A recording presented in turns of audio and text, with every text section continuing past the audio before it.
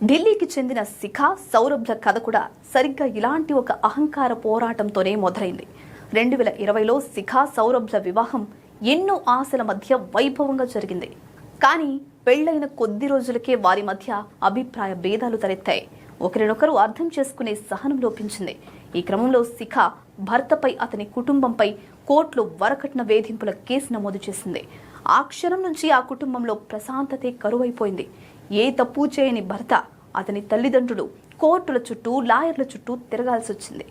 ఏళ్ల తరబడి విచారణలు సాగాయి. కానీ అటు శిఖ అహం తగ్గలేదు, ఇటు సౌరభ్ వైపు నుంచి సయోధ్య కుదరలేదు. న్యాయ పోరాటాలు ఎప్పుడూ ఇరువైపులా విధ్వంసాన్ని మిగులుస్తాయి. కూతురి పెళ్లి పేరిట కోర్టుల చుట్టూ తిరగడం, లాయర్ల ఫీజులు భరించడం, సమాజంలో తలెత్తుకోలేకపోవడం శిఖ తండ్రిని తీవ్ర మానసిక క్షోభకు గురిచేసింది. కూతురి భవిష్యత్తు ఏమైపోతోందోనన్న ఆందోళన, నిరంతర ఒత్తిడి ఆయన ఆరోగ్యాన్ని క్షీణింపజేశాయి. ఒకరోజు ఆ భారం తట్టుకోలేక ఆయనకు తీవ్రమైన గుండెపోటు వచ్చింది. అత్యవసర స్థితిలో ఆయనను ఒక ప్రభుత్వ ఆసుపత్రిలో చేర్చారు. ఆర్థిక ఇబ్బందుల వల్ల సరైన వైద్య సదుపాయాలు అందక ఆయన అక్కడ మరణంతో పోరాడుతున్నారు. కూతురు పెట్టిన కేసు చివరికి కన్న తండ్రి ప్రాణాలకే ముప్పుగా పరిగణించిన దారుణ పరిస్థితి.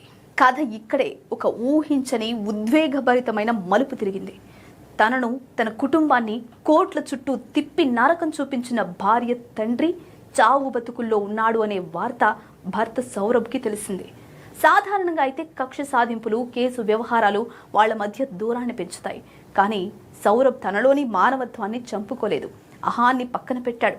తక్షణమే స్పందించి ఆయన ప్రభుత్వ ఆసుపత్రి నుండి దేశంలోని అత్యున్నతమైన కార్పొరేట్ హాస్పిటల్ మెదాంతకు తరలించాడు.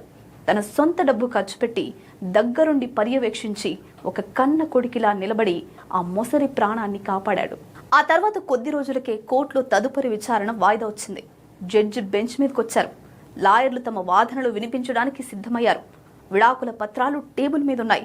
కానీ అందరినీ దిగ్భ్రాంతికి గురి చేస్తూ శిఖ ముందడుగు వేసింది. లాయర్ చేతిలోని విడాకుల పత్రాలను లాక్కుని జడ్జి ముందే వాటిని ముక్కలు ముక్కలుగా చింపేసింది. కన్నీళ్లతో భర్త సౌరభ్ కాళ్లపై పడింది.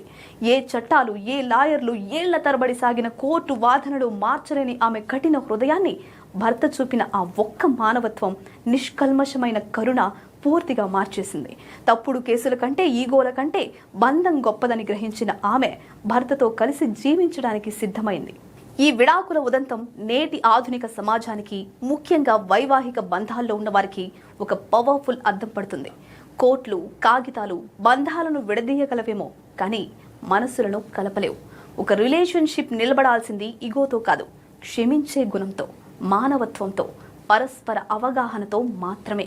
సమస్యలు వచ్చినప్పుడు కోర్టు మెట్లెక్కడం కంటే ఒకరినొకరు అర్థం చేసుకుని మాట్లాడితే, కరుణతో ఆలోచిస్తే సమాజంలో విడాకులనే పదానికి తావే ఉండదు.